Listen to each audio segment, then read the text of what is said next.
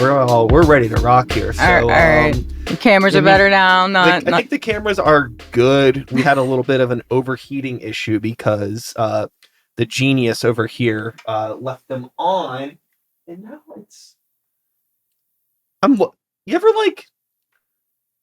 looking at this. You know what? Let's just start the episode. Hello, how are you doing? How's everything sneaky. Yeah. So we got Matt and Darcy of You're Sick in the building. Everybody make some noise for the internet. Hello. Thank you both for coming over today on this lovely Sunday in our beautiful city of Pittsburgh, Pennsylvania. How are you both doing today? Doing well. Doing good. Yeah. I'm glad to be here, or excited to make new friends and talk about music and all the fun stuff. Definitely. Yeah. You know, it's really great to get to meet new people in the community and do some like networking and building your social circle and just, make friends. Because what's the point of making art if you can't make a couple friends as well? Absolutely. It's I spent a lot of time as a child, which we were talking while we were waiting for the cameras to cool down earlier, just about like my only childness. Mm-hmm. And it could be very isolating. A lot of art kind of comes from a place of isolation. Some may argue that some of the best art comes from isolation. Mm-hmm. But but you can't also underestimate the yin and yang of this art thing, where collaboration needs to come into that in some sort of way, whether you're working on art with other people or just sharing it with other people or just sharing stories about your shared or your separate isolated experiences. Yeah, exactly. In different ways. So the band, you two, You're Sick. Mm-hmm. Let's get the Spider-Man origin story real quick. When did you get bit? I'll hand it off to Matt. First of all, if you don't know, I'm Darcy. This is Matt. And again, we're in the band You're Sick. But what makes us maybe a little more unique than maybe some other bands is we're also married. So that's a little bit different for most bands. But I'll let Matt take it away for why we're called You're Sick. Oh, yeah. I guess we got bit when we no matter what, we're going to be doing music. We're going to be creating music. When Darcy and I are in the same place, we're going to be creating something. Basically, we always get, you spelled it wrong and all of that and whatnot. But there is a little bit of a meaning behind that. I have been personally fighting with sickness all my life. And it was a realization that hit me one day that I feel that everybody is sick in some way, whether it's emotional, physical, mental. Or we'll go through some kind of sickness. It's not like, you're not immune to sickness as a human, unfortunately. And, the spelling of it too, You're Sick. It's just, being announced, we are You're Sick. We want to represent basically everybody. The camera in the middle died. Don't worry about it. We'll just keep rolling. Cool. Let's look at that one. I'll turn it back on in a bit. Worst case, we got to come back and do this again sometime. Nah, we're good. We're good. We could do 2 cameras is plenty. Okay. I could turn that one back on. Cool. Too. And also, Darcy and I were kind of like an onion to begin with. We were all over the place musically. Believe it or not, we started raising a church music program. And this was about, I don't know, close to 10 years ago at this point, or maybe not quite as long, 8 years ago. Yes. And basically I was in charge of the musicians and she was in charge of the vocalists. I was always kind of, knocking on the door with Darcy saying like, hey, I really think you and I can, do something, musically. We should be anyway. We live in the same place. We love each other. We have the same passion. We're going to be doing it. But the church program took up a lot of our time. However, I do have to say, coming from that, It really catapulted us in a weird way, in a strange way, right? I don't know, Brian, if you've had maybe negative criticism or maybe just truths bombed at you in life sometimes that kind of just, hits you weird. And then all of a sudden it makes you think about it and you're like, hey, maybe there's something there. So I would say like more of like a negative thing. I don't want to go into like the details, but like when someone says like, why are you guys here? Like, why are you doing this? And like, yeah, it was for a greater purpose, but realizing like our talents, like, yeah, if we really want to be doing our art and giving it to other people, like we can definitely do that. It's not like limiting like to one thing. Like if we want to spread it out more, we can. And then like on top of that too, with he was talking about he worked with the musicians, I worked with the vocals, and just even some negative comments of saying like for me personally, even though I taught voice, I didn't sing at that particular time. And just someone's negative comment that said like you'll always teach voice, but you'll never get up on stage. And for whatever reason, that was like one of those ones that just kind of like gets to the core of you and like burns you, and you're like and then it's just like after a while, it's just like no. I'm going to show you. I'm going to show you. Like, no, I'm going to stand up there. I'm going to do my thing. I'm going to put my art out there. Whether you love my voice or you hate it, like, I don't care. It's me. You know what I mean? Like, I can't change me. I'm authentically who I am. I can't change myself into a different voice or a different person. You're always going to be the same. You know what I mean? But it's just funny how sometimes people can say 1,000 beautiful words to you or beautiful compliments to you, and they just like wash over you and like through you, and like maybe like you'll remember one here or there, but it's that one like spurn in your side of like either it's a truth or something they observe or just a serious negative criticism that just like sometimes just pushes you to be like, you know what, I'm gonna the catalyst of like I'm gonna show you. No, I'm gonna go do that thing. Yeah, no, it's interesting how our brains are wired in this way to I mean, I don't know why it is, but it's a very common thing for us to, I guess, take kindness for granted, which is really unfortunate, but it's a very common thing that you hear when you're talking with artists about feedback or anything. I mean, restaurant reviews, like if you go on Yelp, it's very, very rare that you'll see somebody going out of their way to say something nice. And when people do say something nice, it's like, oh, thank you. Mm-hmm. But as soon as there's a negative thing, it does stick. Yeah. And I think the point that you made about sometimes it may be hitting a truth or something can like really kind of amplify something or light a fire.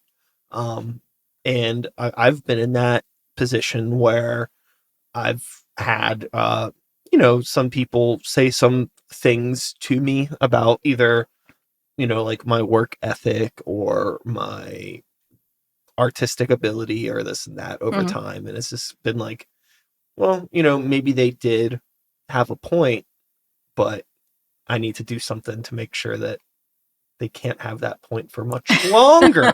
Yeah. But so the two of you got started working together artistically through the church through the church. And then, like I said, it kind of spurned us into like wanting to do our own thing. So I would say probably around COVID times, like we left the church before then, and then just kind of were doing our own thing, just kind of like noodling around. And I kind of got into like recording and stuff too, more, and just learning more of the technical aspects of things, of being a duo, of like how do we bring this crazy sound and like make it fill a whole room and feel like you're very engaged and entertained with just two people. And like we just like crafted that for years and years.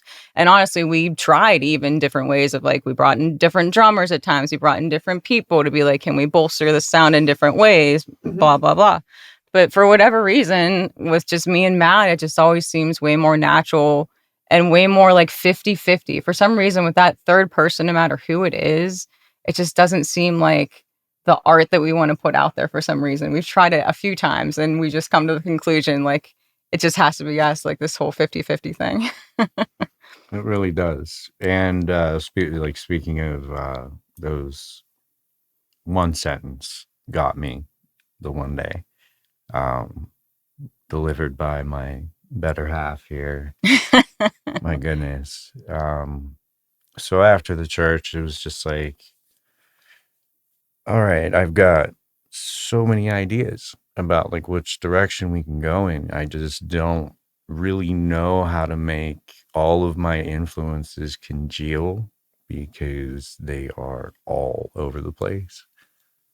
And, I'd approach Darcy and say, hey, I think we should record. I think we should do this. And I think we should do this. And she says, the burning. You know what, Matt? You're all ideas and no execution. Red. Everywhere. Might not be the best thing to say to your spouse, but No, it worked. I'm so glad you said it to me because it took us about a week and we recorded and mixed like 5 songs down? Yeah. So I would say around code is when we started getting, I guess, more serious of, formulating our music, actually songwriting. We actually had worked with a producer for a little while that we were trying to get something out there. And then we decided to kind of just do our more independent route because, again, for some reason, I'm not saying it's off the table to not work with a producer or someone else in the future. That's definitely not off the table for us, but it seems so much better for whatever reason. Again, maybe just because we're married, but it just works well with just the two of us. I can understand this coming from the perspective of someone who I think has a similar creative infrastructure where when I make something, I'm pulling from a lot of different places.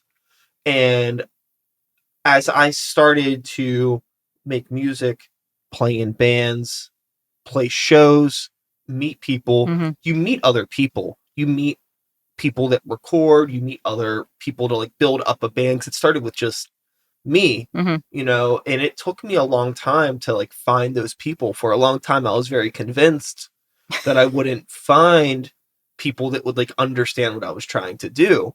And I've been, I guess for lack of a better word, like blessed to have been given the opportunity to meet those people.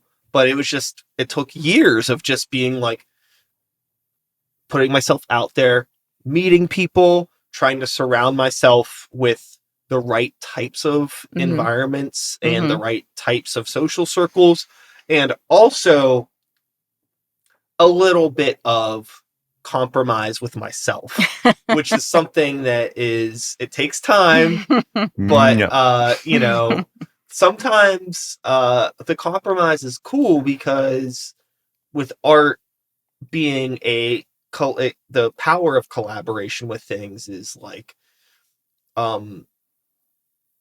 knowing that you trust the people that you do decide to bring into your circle, and it's like they're here because I believe your ideas, and I know that like I'm not gonna sit here and be like, oh, like all of my children are beautiful. I know that I've made some pretty ugly kids, if we're gonna make a metaphor, but because they're mine, I'm like, they're great. Which one's the ugliest? Those ones from PlayStation from 1998, those beats, but they're probably actually pretty cool. Actually. Yeah, because everything's cool in a way, right? Well, that's the thing, is even like, revisiting. And also too, like throughout, like as you like age, not only as a musician but as a person, it's like your interests change, your outlook on life changes, and there's like no way for that to not bleed into your work. Absolutely. You said it. Yeah. So, I mean, give it time. Who knows what the hell's going to happen? You know, like you never know who you're going to meet. You never know where your influences are going to be or what your direction's going to be. I feel like right now, as an outsider perspective looking in, on your project, I see that there's just a lot of experimentation because I mean, the possibilities are endless. Mhm. And there's no reason for anybody of any genre of music to put themselves inside a box. Like when you think of some of uh the greats, the legacy artists. I mean, it wasn't uncommon for a legacy artist to be like, oh, we have a classic record here, and then there was like a weird disco era, and then there was our new wave era, and then there was, this and that, and like it was a lot more normal. Where now I feel like because of like what maybe it's just social media and having to brand and have a very specific identity to cut through the noise. I feel like you're people want you to be like, what are you? What is your specific thing? Like try to lock into maybe a little too much. Yeah. That's the honest answer. I don't know.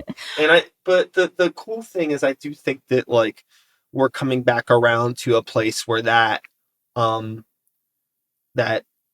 being like creatively what's the word that I'm looking for?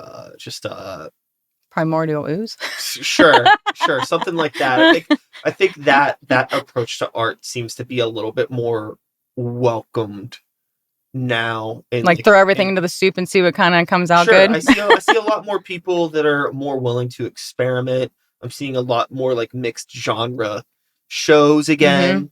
And that stuff's really cool. And like, I mean, but just dialing it back to like yourself and being like a creative, I think that like for me, and I don't know if the two of you can relate with this, I have a ton of influences, and for a long time I always felt the need to have to try to stuff all of them into like every single song. But like, you could take a step back and be like, okay, well, like, just because this song is like a trip hop song, it could be just a trip hop song. And then maybe the next song I write can be my like, my technical death metal song, just to go on a completely opposite end of the spectrum. But there's really no fucking rules. Just right. Yeah. Whatever you want to do. I agree. Like the sky's the limit, Yeah. And I think that I always find it very like terrifying to be like in this position where it's like, oh, I can't express myself creatively in this way because I put a label on myself to fit inside these parameters. I hate labels. I was just telling the story to my friend the other day. We went to the movies or whatever and saw Beetlejuice, and one of my friends was there and he was talking about, oh, I can't watch this one part because it makes me feel all ADD-ish. I'm like, dude, get that label out of your mouth. Like, just like forget about it. Like, fuck it. You know what I mean? And he was like, whoa.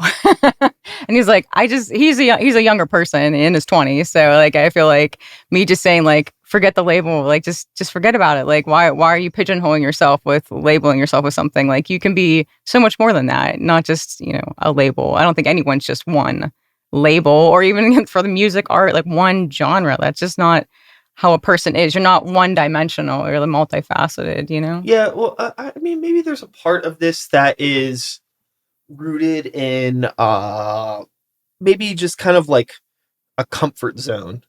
Yeah. People have a hard time stepping out of the comfort zone, I think. I feel like me and Matt, because we're in our 40s, so we've lived some life, you know what I mean? So I feel like we understand a little bit. I'm not saying we're like super wise, we've been around the block a few times, you know what I mean? So like that wisdom, makes you feel more comfortable just to be your authentic self, you know what I mean? To be like, I don't care about this label or that label, or if someone likes me this day or they don't like me the other day or whatever. It doesn't matter. The other thing too is like with time, I have been definitely very guilty of trying to fit into places that with hindsight I realized I never belonged in those places.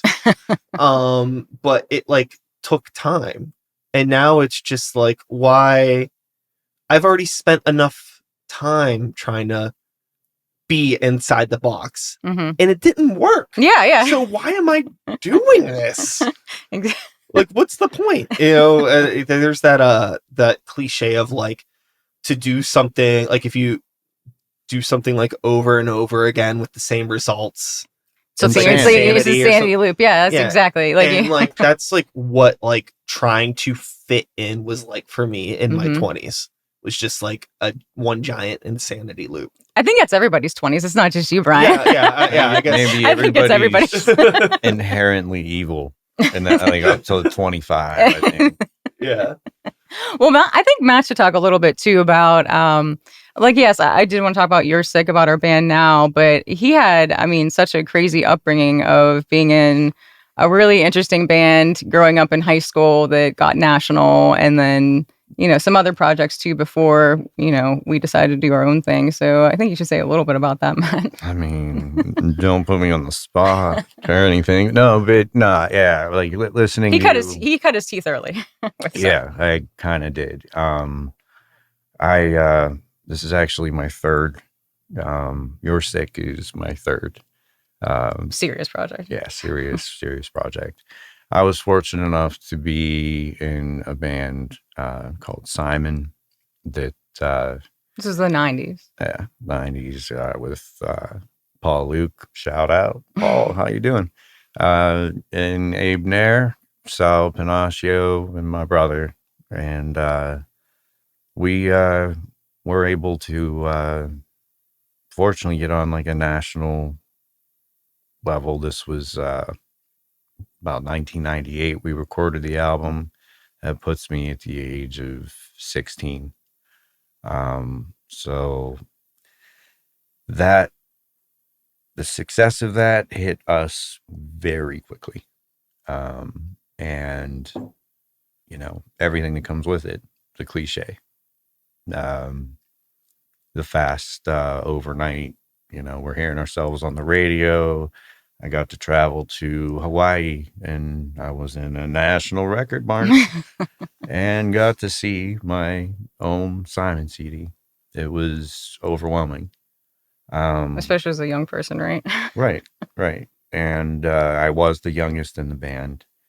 And, you know, with life, things happen.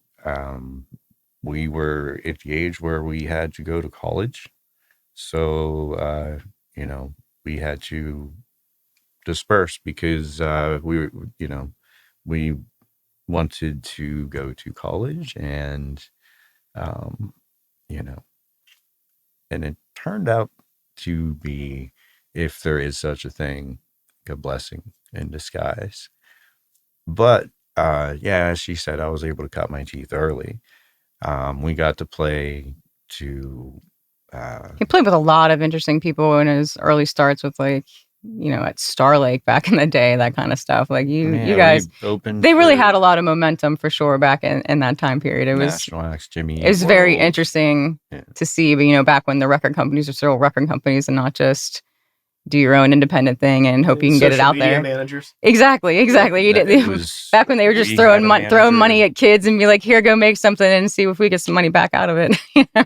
Yeah, and it just blew up. I mean, we would fill up Club Laga, and it got to the point where we played with Jimmy Eat World a couple times, and one point they opened for us. So that was kind of a jaw-dropping moment for all of us.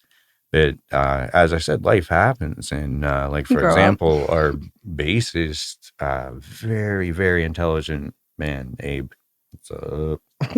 And he got a full ride to Pitt, Maine for philosophy. And also, look at Paul Luke. He took off. He's, you know, doing excellent in life. And it's just funny. It's just funny that time period of, like, where we grew up at too. It's just like music was such a big, like, culture in that time before the internet. I would say, like, there was just so many garage bands and, like, just that old vibe of you, like, just like going on the street and you just see a bunch of kids and just banging around, you know what I mean? Like, and it wasn't just like one person's garage. It was like 20 garages, like, in our neighborhood in that time period. It was like a lot of people wanting to do the band thing, whether it was just like punk or like whatever genre, just, you know, throw it at the wall and just make some noise and see if it gets you somewhere, you know? Yeah. But it's funny to even just nowadays, I mean, we're still around, but we know a lot of other people, even from our high school days, that are still, you know, active in the scene, which is really awesome. Like, it just obviously, like, created such a... You make lifelong friends through it. Even, you know, through through the art. sign through, there was another group, The High. What's up, Marcus? What's up, Alex? And God rest in peace, Sammy D. But yeah, it's just you make lifelong friends, and like Nietzsche says, it's the invisible ties that bind us the most, you know. And yeah, it's you can miss. It's like 10 years with some of these people, and just it's like we just fortuitously run into them again. Or just pick up like, nothing, still see him a long time later. It's just like, you're right there. You're right back there. And that's like kind of my question for you too, Brian. Like it's, we've heard the term like so much at our age, like, well, now I guess I'm a lifer. Okay. Yeah. Are you a lifer? Oh, absolutely. Yeah, Absolutely. Yeah. If I wasn't doing this, I like genuinely don't know what I would do. Like I don't have an identity without my art, and like I'm comfortable saying that. I feel like there with you, man. I feel like this whatever put me on this planet, I think it did so to create, because I am not contributing anything of value besides creating and like trying to like, like not only like create work, but also have something like this, which is like a platform to highlight and, share work with that other people have done, for people to tell their stories, to share those stories, and to make some friends, and to feel a little less alone in this crazy world. Again, art can be very isolating. We talked earlier about how a lot of creation of art can come from an isolating place.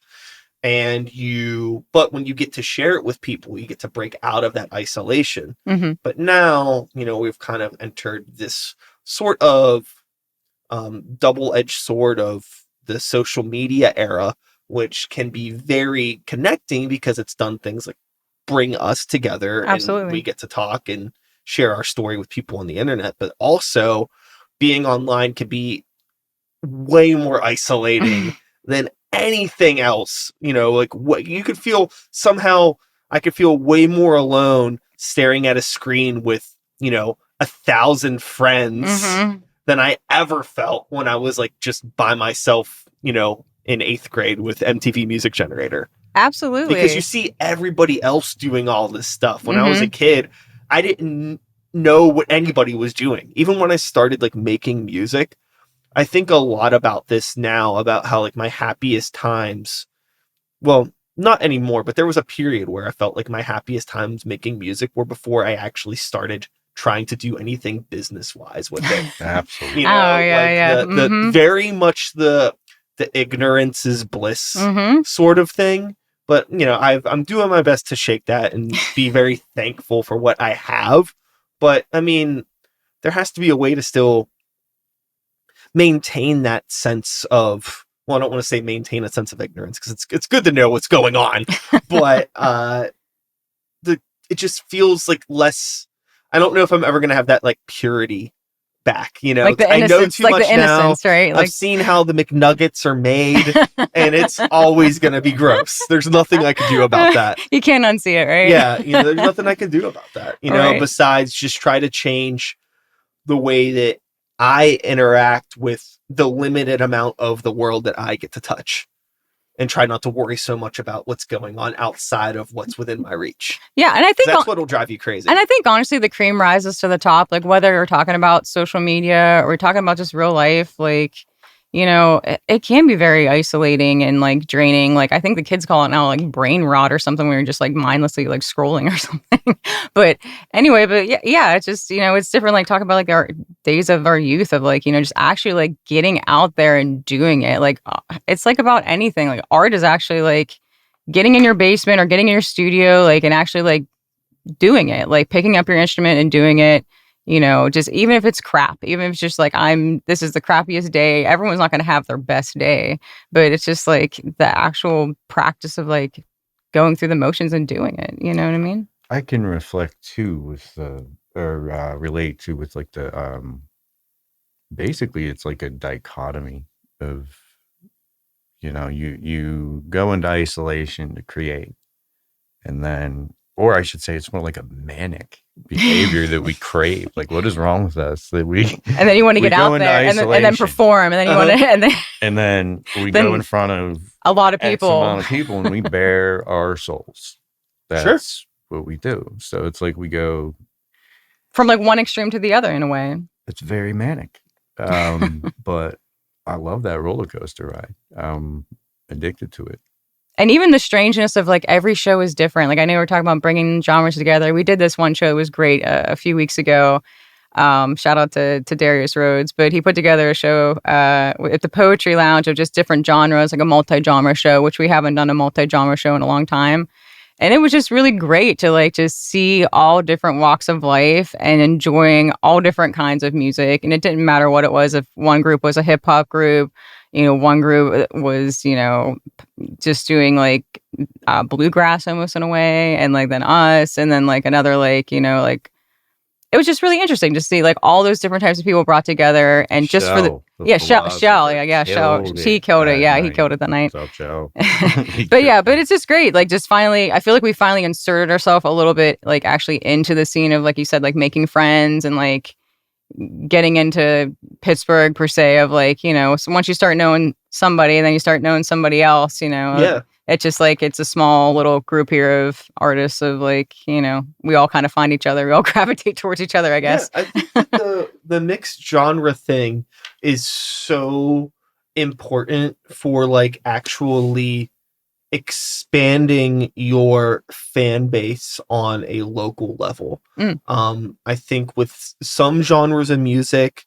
they can be here's the word again, very isolating and insular in their own ways, but they operate well in that bubble. Like the hardcore scene, for example. I'm not directly involved with it. I have some bands that come on that are a part of the hardcore scene, and that scene is very much thriving and it does its own thing. And some of those bands play some mixed genre shows too, and they do well. But I think that for other artists, such as your band and such as some projects I've done, there isn't a scene for what I do.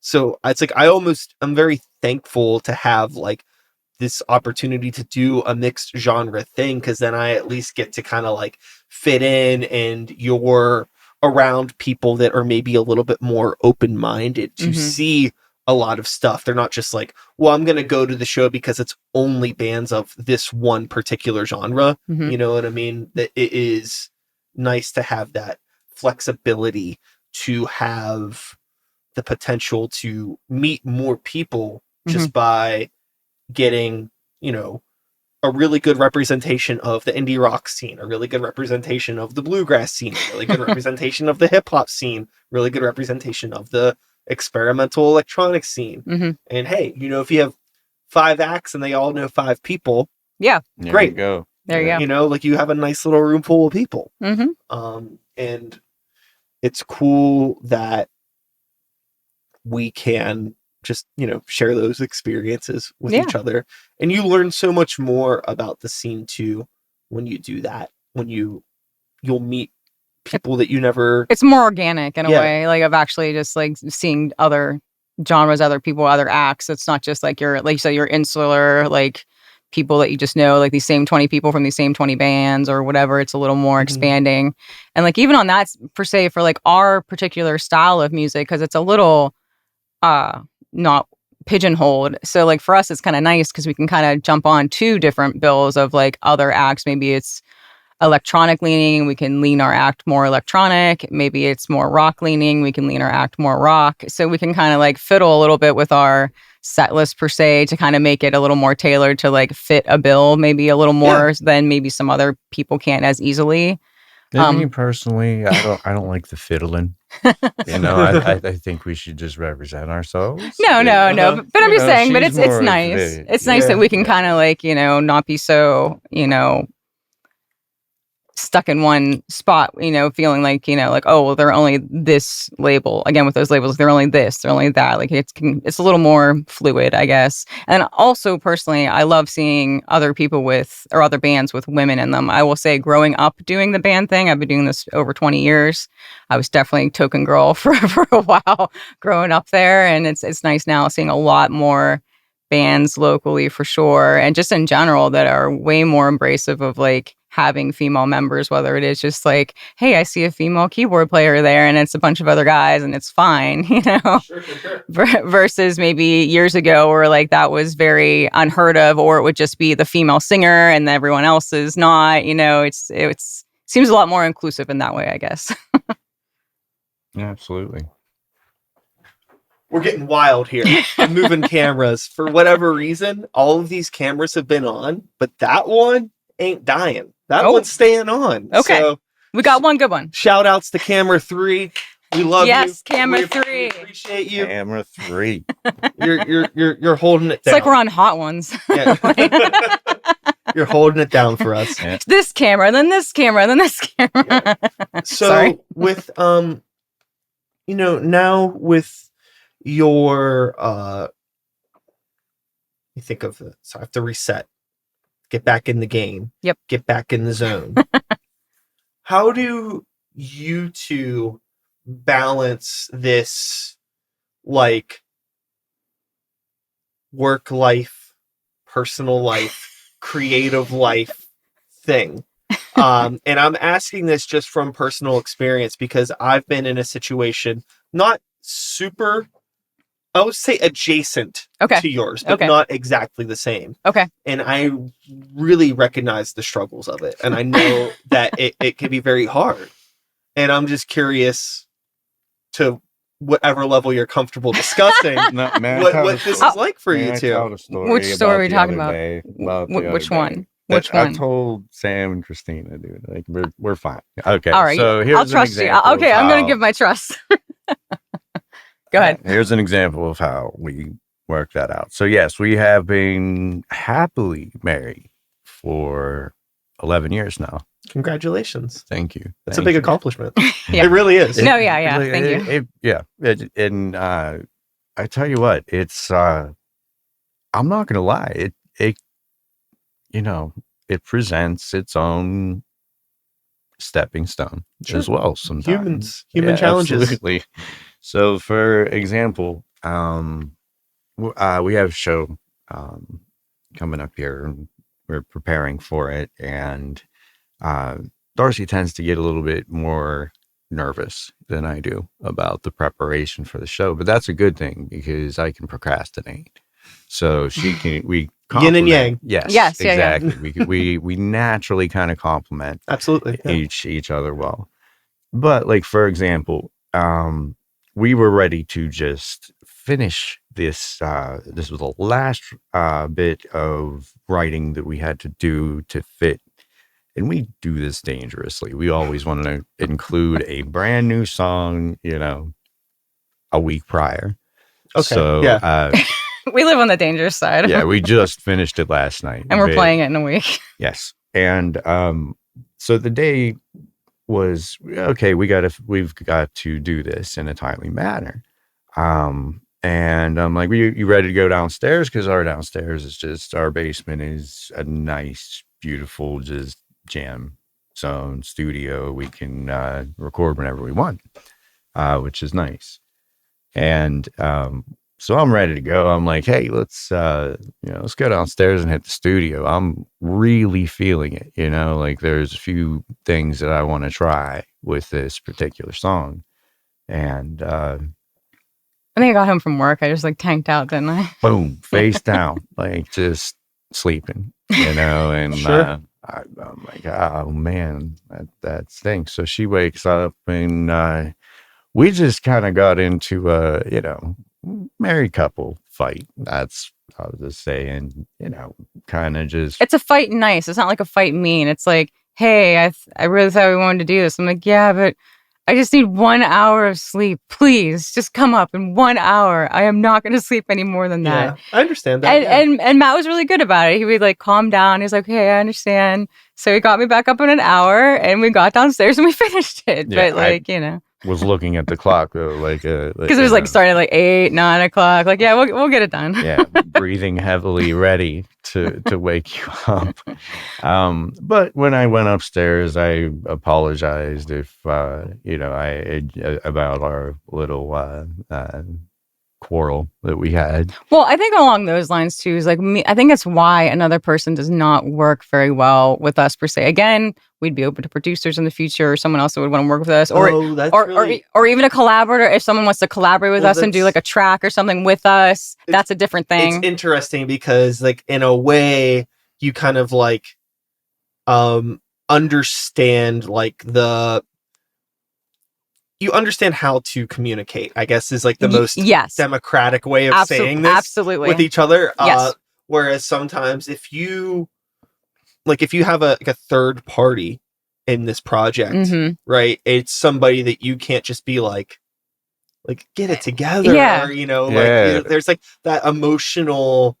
There's a little bit of a mind meld of like we understand each other so interpersonally. You have like a deeper like an empathy and an understanding. Correct. And like each other's like schedules and things like that, which can be like a good thing and also a bad thing. And also living together is also easier. Like, hey, I want to get this idea done, but it also leads to procrastination too. Sometimes like I just want to lay here and watch Netflix. So like it can kind of be both ways. It's hard. It's definitely hard. But I don't think it should discourage people though. Like, again, that's why for us, like the third person doesn't really work per se, because I think we are naturally like really honing in on our 50-50 for sure. Because that has been a disagreement with us in the past of artistically. Because again, with it being isolating, you're like, I have this vision of like what I want this to sound like, and it sounds like this that you have in your head. And then if a partner that you're working with, they have a totally different idea of that same thing, and then you kind of got to like meld that together of it really being like a 50-50 blend of being like happy with it. You know what I mean? Of again, like birthing the baby, of like being happy with what you came up together. And then when stuff starts getting skewed, like, hey, these last two things you've been kind of like 75 with all these like things you're making, and I'm 25, or vice versa. And there's a point where you just got to say, or vice versa. Like, you kind of got to be like, hey, like, look, you're taking a big creamy shit all over. I was already saying you're stepping on my note, but there you go. Yeah, that's a much better way. You're stepping on my note. Get off my note. Yeah, it's hard. You got to communicate that. The communication of any creative project can be really hard. Yes. And I think that, it's interesting being in a situation where like, I can go to band practice and I can have a tough writing situation. And then I get to go home and somebody could be like, oh, like, hey, how was it? Hey, honey, how was practice? And I could be like, well, but in your situation, there's no like, there's no on and off. There's no. It's like having a business together. Like Spider-Man goes or Superman goes in the booth, comes out Clark Kent, and you're like, okay, I'm back to my normal self. It's like it's always there. Yeah, but that adds to our bond. Totally, that's the positive of it. Yeah, yes, absolutely. It's like, for example, something as goofy as on stage. Last time we performed, like he couldn't hear and he didn't have his in-ears in, and I had mine one in, and I just knew instinctively just from looking at him of like, oh no, and I just grabbed it out and I just started putting it to his ear because I only had the microphone. So I'm like, all right, we're going to make this work. So it is that weird, like you have some silent communication that maybe just it's harder with other people, But yeah, I mean, but with all of that being said, it's still possible that maybe one day you'll find maybe a creative partner in some way, but it's not necessary. Yeah, exactly. Right. Yeah, for sure. Always open to it though. I mean, with creativity, anything. I mean, it's like the thing is like if your sound is your sound and you have everything kind of locked in the way that you like it, then there it is. Then it's kind of. But we also don't like being formulaic, and going back to that like experimental kind of stuff of like me and Matt always get stuck in even scales. I don't know about you, Brian, like. If you get stuck in certain scales with writing songs, like I'm always writing We're stuck in harmonic minor all the time, and it drives me nuts. And that's the stuff we fight about. Like, let's get out of this key. Like, get into a different key. Well, that's the fun thing about working in different genres. Is that that's a really easy way to get out of your comfort zone is if you, don't want to put yourself into any sort of a box. Yes. But like, I've been working on a solo project that kind of has, I guess, like a, dark electronic / industrial umbrella. But within that umbrella, there's a lot of different stuff that you can do where it's like, oh, like I could do stuff that's like this track is just like really fucking gnarly, no fucking melody, just hard drums, sounds like, like a goddamn washing machine falling down the steps. Yeah. Or I could do something that has like a really like melodic, really even cool, like melodic, cool bell stuff that still sounds like spooky and dark, but still fits into that dark electronic aesthetic.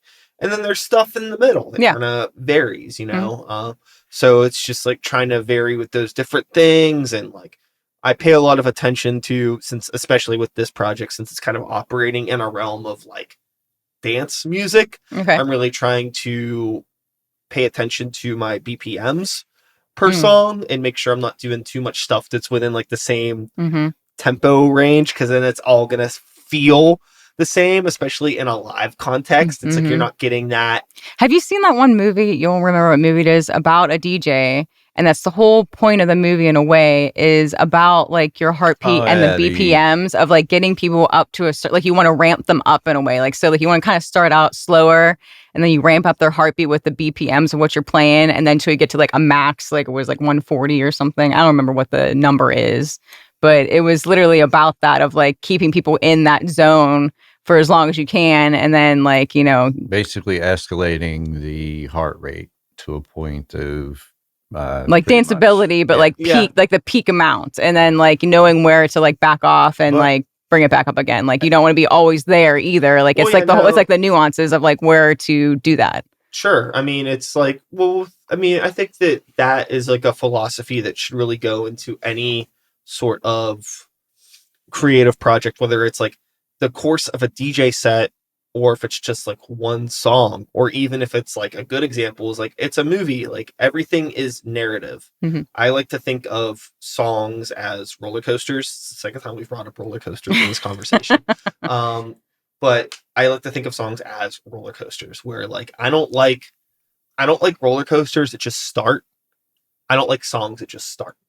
I like like the build up, like build me up, the whole fucking wind thing. me up, turn it around, go upside down once at least, and then put me back into the station. But that's the thing is like, a ride, like the reason why those rides have those elements is not only from a like an entertainment perspective, like it's fun. There is also like a scientific and health-based example where it's like, oh, like if this was engineered in a different way, it could kill you. So in like a DJ set, that's very dramatic, but it's like you need to have space in a DJ set for people to calm down, whether they realize they need it or not. Correct. Yeah. Like I DJ a lot, and I will intentionally bore people for 10 minutes because it's like, get water, drink, go to the bathroom, exactly, do that stuff. Yeah. Take care of yourself. We'll reset. And we'll don't worry, we'll get back to it. Remember to breathe. Hydrate. Remember to hydrate. And I think you need that sometimes, like even in a song. Like if you have a song that's just going at 10 the whole time, it's like, well, this isn't even exciting anymore. No, it needs space to breathe. It needs space to breathe. Dynamics are so important. That's like, no matter what style of music you're making, I think the two most important things are dynamics and intention. That's great. That's it. I can agree with that 100%. That's and honestly, it's the only thing I really concern myself in songwriting is if we can loop back to the whole insanity, like if you do the same thing over and over, it's insanity. Sure. Identify your cycles, not just musically, in life. If you're in a harmful cycle, break it, but learn from those cycles. And again, there's something that bothers me about staying formulaic, and it's it gets boring too, and you want to be fun. You want to have fun, right? That's the thing is, like, it's like if it's not fun anymore, that's kind of one of our rules. Yeah, as people, as married people as well, is like if it isn't fun anymore, like I don't know if I really necessarily want to be doing it. You know? Right. well, sure. I mean, like, what is the point? We're playing camera crazy today, so don't mind me. But you know, Got the 360 inside matrix baseball, today is not my camera day. So the band that I had on earlier, I recorded the first 40 minutes without, like, it wasn't, the camera wasn't even recording. Like, they were on, but I wasn't fucking recording. I had the Good audio, job, Brian. recording the audio, yeah. No, I keep saying this, but I fucking mean this. If anybody out there is interested in helping co-produce a podcast, I can definitely use an extra set of fucking arms because I'm only one person. But anyways, what the fuck were we just talking about? We were just talking about Oh my God. It's okay. Cycles in music and breaking them and making He has a great sure memory. that- He is my memory, actually. Yes. And sorry. It's okay. I am toast. It's quite all right. We have those days, Yeah. you know, you just got to be toast sometimes. Mm-hmm. Yeah. But life isn't about finding yourself. It's about creating yourself, right? Like, that's not my quote. That's someone else's quote. But, I mean, that's pretty much the whole point of, like, this. What you're doing, Brian, is just bringing people together, help facilitating the creating, whether it's, you know, bringing more creatives together. I mean, in any way, shape, or form, we all are here to create. You know, it might not be in an artistic way, but everyone has some form of wanting to create inside them, whether it's even making spreadsheets because you love accounting. Like, you're still creating, you know what I mean? It just might not be the same kind of creation as music, you know what I mean? It's everyone's meant to create, you know? Sure. And I think that being able to give yourself that space to create is huge. It's like, it's a harder thing to do as we get older for whatever reasons, you know. You gotta carve out that time. You gotta like make that priority, you know. Yeah. And you know, I think that another fortunate thing with the dynamic that the two of you have, that's what we were talking about, dynamic and intention and songwriting and roller coasters and stuff like that. Yeah, we got you back on the loop. We got you back on the loop. Yeah. So yeah, the loop-de-loop. The loop-de-loop, yeah. Here we are. Not the laser loop. That's been gone for a long time. Yes, R.I.P. But it's okay. I'm much happier with what's there now. So good. Yeah. You probably don't know this about me, but I'm a very big theme park all right. person. Okay. Yes. What's your favorite one, Brian? My favorite theme park? Yes, your favorite theme park. Disneyland. Disneyland? Anaheim, Okay. California. Okay, the California. The Yeah, OG. Ground Zero. OG. Yeah, okay. Yeah, Ground Zero. Cool. But that's definitely like the best theme park. But I need to be very explicit and make it clear that my views of Disneyland being the best theme park are no way tied to my views as Disney as a company. As a corporation, yeah, a corporation. Yeah, that's a totally different Please thing. do not pay attention to my Mickey I Mouse watch. actually caught that. Actually, I caught the Mickey Mouse watch. I'm like, oh, that's very retro and cool. But they're two very different things. You know what I mean? We're talking like it's not what Walt probably. They're very separate things. But even Walt Disney also has his fucking issues. Oh, right? my I mean, goodness. So we all they all have weren't issues. saints, you know. you know, I don't want to get into a whole like separate the art from the artist sort of thing. Yeah. But the thing about Disneyland is it may sound kind of silly to talk about to refer to Disneyland as being punk rock in its ethos, but the way that it was built, you will never get anything else like that because they were doing crazy shit to build that park that they probably shouldn't have. Yeah. You know, like burning people's houses down and things like that. Wow. Good times. Yes. But so, allegedly,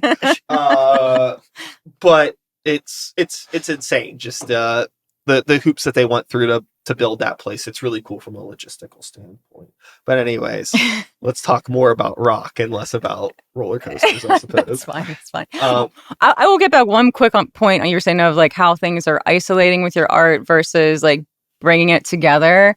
I will say from like me also being an artist, I mostly work in acrylics when I do paint, that it is an isolating experience. And then it's the same thing of like kind of like having a show as a band. Like then you go and you show your stuff at a gallery and there's so many people there and you're like, whoa, where did you come from? And then you're like going back to like, I'm spending 2,500 hours. It's not that long. It's probably like 200 hours. Sometimes I'm something crazy, but like it's probably like 100 hours on my last project. But like you're spending a crazy amount of time by yourself in your headphones. And then you're like putting it all out there and be like, oh, now I can come by and just leisurely walk through and see all this. And it's all subjective too, right? Of like isolating. The visual art versus like music is really interesting. And I just kind of have a point that I want to make, but also I was reminded about this, which is a good, so this is a good segue to bring this up. So we're just talking about painting and things like that. And I'm assuming there's some sort of a painting in I here. did make something for today, but just quickly, I'll finish my point of like the music part. I was talking to a friend when I went to my art show the other day, and she was like, do you know a lot of artists here? I'm like, yeah, I know a few of them or whatever. I'm like, but it's very different in an art show versus a music show. I'm like, because there's a scene here, there's a culture with music, like you're getting together, you're maybe working on something, you're putting a show together with your friends, with people you know, that kind of thing, you're networking. With an artist, it's definitely more of like an isolating thing of like, yeah, you might know somebody there or in the community, but like everyone's doing like their own thing and they just come together every once in a while, versus like music where it's like everyone always wants to come together. You want to go and experience that live show. You want to go see your friend's band because you're not going to experience that again. Like you might hear the recording, but the recording doesn't sound anything. I'm sure you know the same way that the recording doesn't sound anything like it does when you're there in the room experiencing that experience. Like it's just that moment of time that you get to have that, you know, versus like, again, like the art on the wall where someone spent, you know, a ton of hours making it or something and you just see it once and you're like, okay, cool. Yeah, that's the thing that always like kind of it really bothers me about being a musician and choosing this medium to express myself. Because with visual art, people can honestly engage with it as much or as little as they want. They basically get to consume it on their own time. And you can't argue that you can't argue that somebody hasn't like looked at a painting long enough or something for them to understand it. There's no way to quantify that. Correct. But for you to understand my music, I need you to at least listen to the whole song. Like it's a timed experience. Yes. Or to watch the whole set, right? Like if you only listen to a part of my song or watch like half of my set, you're not getting the whole experience. Correct. And the amount of like what you're asking people to do, the amount of time you're asking people to give you to engage with your music is ridiculous. It's people's time is valuable. Like we treat every performance as our last, Brian. I don't know. Maybe I'm being like super dramatic about it, but I mean, in a way, like nothing is guaranteed. You know what I mean? So I definitely, every time we step on stage, like it is such an honor for me to do that, to me to be able to share that and put that out there, especially with my husband. That's just like mind blowing. You know what I mean? So like, I definitely always treat every one is very special, like whether it's, you know, someone came here to see me or they didn't, or it's no one in the room. Like I still, he always laughed at me. We like were putting together like sidewalk shows back in the day, like in our community, and I was preparing like it was like I'm going on main stage at like PPG. You know what I mean? He's like you can dial it back a little bit. We're like on a sidewalk with people walking back and forth. They don't care. I'm like, I don't care. I care about my art. Absolutely, and you should. You fucking should. So what we're gonna do here is I'm going to move the cameras back to their original position. Okay. Try to turn on that center one, but mainly I want to get this one back on me so I can open this, but actually have it in a way that people can see it. Cool. So here we go. So through the magic of editing, we are back. We have 3 cameras temporarily, but we'll see here. So I've been given a gift here that's in this packaging here. So I'm going to open this very gingerly. Oh, just rip it. Who cares?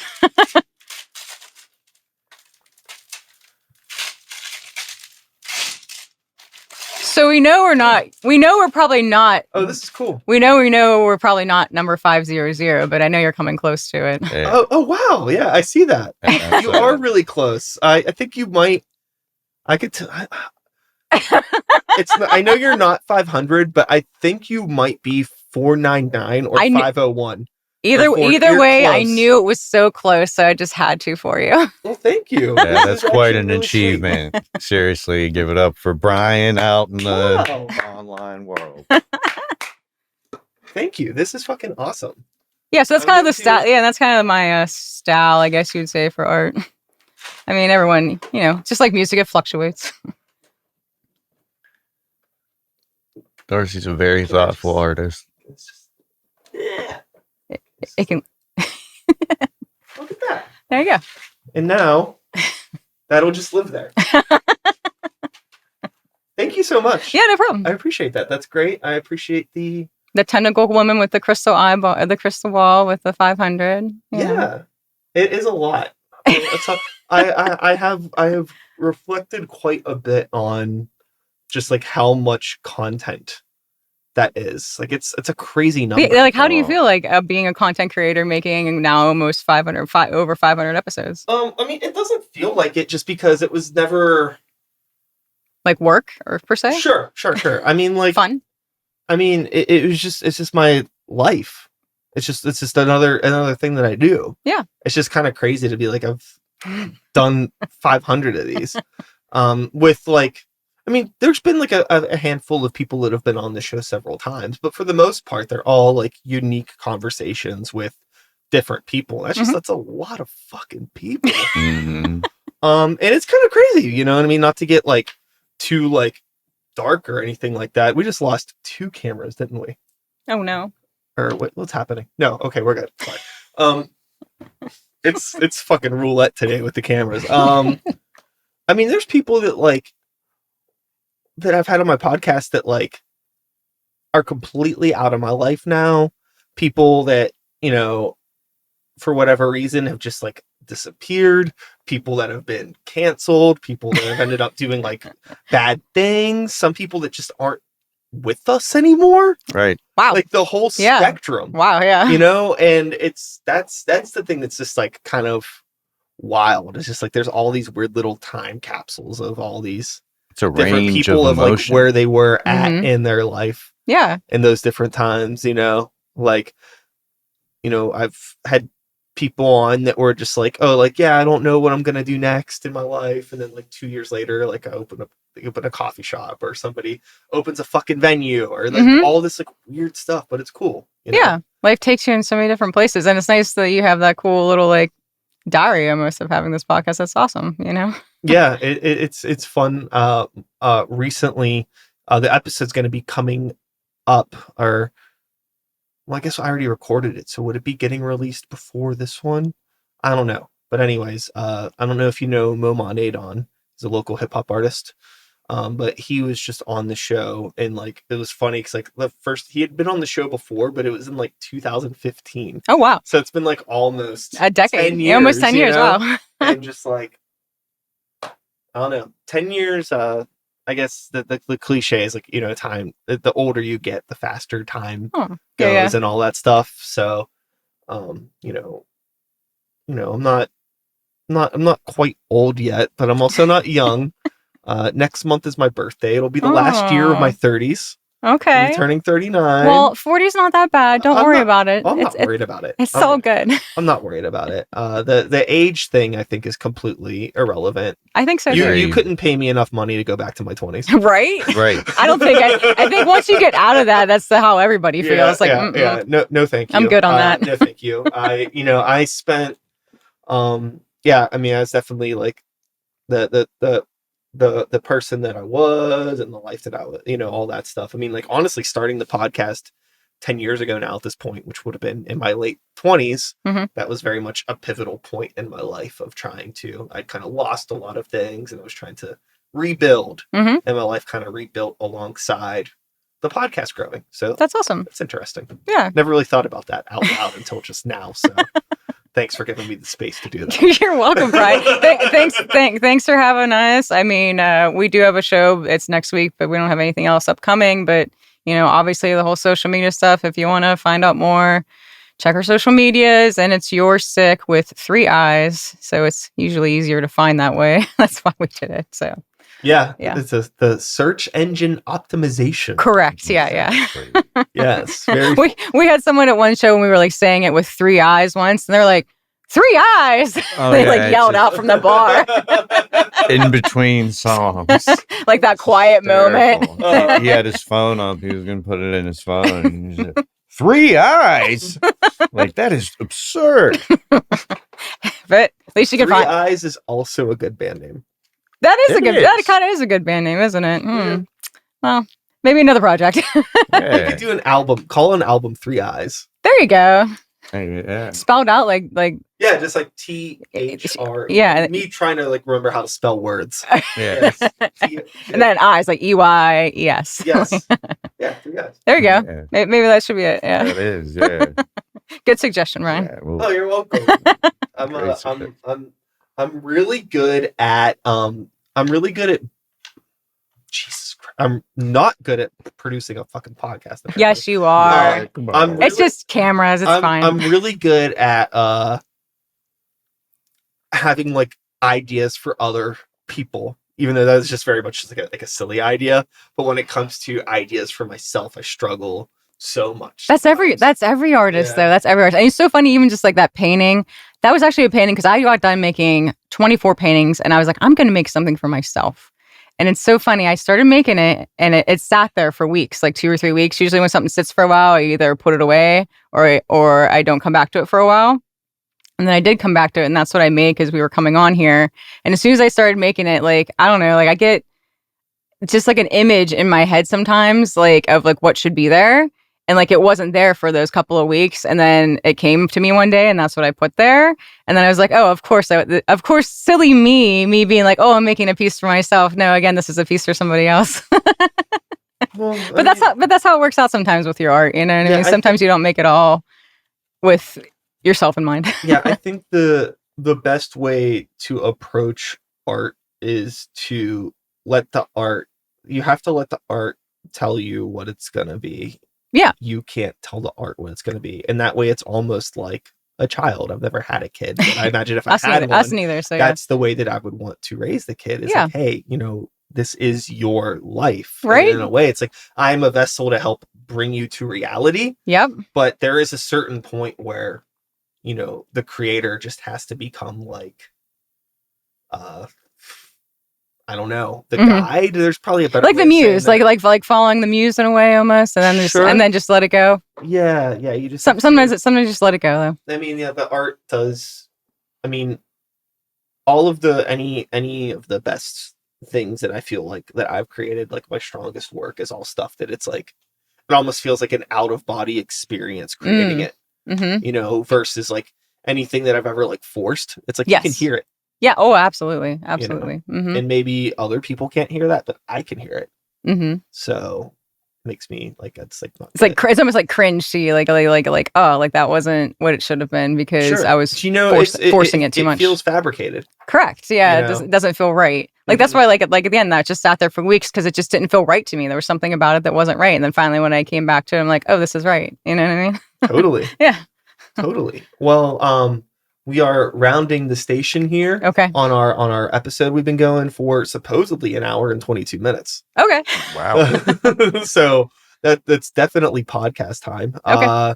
But before we go, is there anything that we haven't touched on that we want to talk about? Or we already, you have a show coming up, but I think this is going to be after the show. Yeah. Again, just check back. We have something. You know how it is with having things in the works. It's emails out that are hey, we'll get back to you. So, check our socials. If we have some announcements, we'll definitely be putting them there. Definitely. Thank you both for reaching out. It was great talking. I'm excited that now that we are in each other's social circles, goodbye camera. Now that we are in each other's social circles, I'm sure we'll just now probably see each other more. That's what always fucking happens. Right. It's I don't know. I mean, maybe there's a good chance that we've been in each other's company unknowingly in the past. It could happen. Probably. Now, Yeah. Now we'll be all right. now Be like, you're gonna fucking see me at the grocery store. Yep. You're gonna see me in traffic. yeah. Like, hey, there's that Brian. Yeah. So that's just how this works. It's like the same thing when you learn a new word. They say you hear it 3 times in a day. Like say like a word like a like that you've never heard before that you don't know the definition of. It's strange, but it's happened to me before serendipitously of like just like hearing a word and then you hear like someone else like say like in the cashier line like someone just like saying it. You're like, whoa! Like I was just thinking about that word because I learned it, and then like you hear it again. It's weird. Or like you get like a new vehicle. And then you see them I just bought a new car, actually. Now I see the same vehicle everywhere. I'm like, oh, I wasn't even paying attention to that car anymore. And now I am because I drive it. Yep. Yep. It's just funny how that all works. But thank you both for coming on. This has been lovely. Absolutely. And I guess since I don't have my camera, we'll just do this all together. And that is all, folks. Thanks so much for being here. One more time. Darcy, Matt, you're sick. Thank you. I'll be back again next week with another episode. Same time, same place, same channel. You know the drill. My name is Brian Sykes House. Start the Beat is the podcast. 2024 is the year. And until next time, take care of yourselves. Take care of the people around you. Peace. We did it. That was a podcast. Sweet. All right. Hell yeah. Thanks. That was fun. That was a lot of fun. Yeah.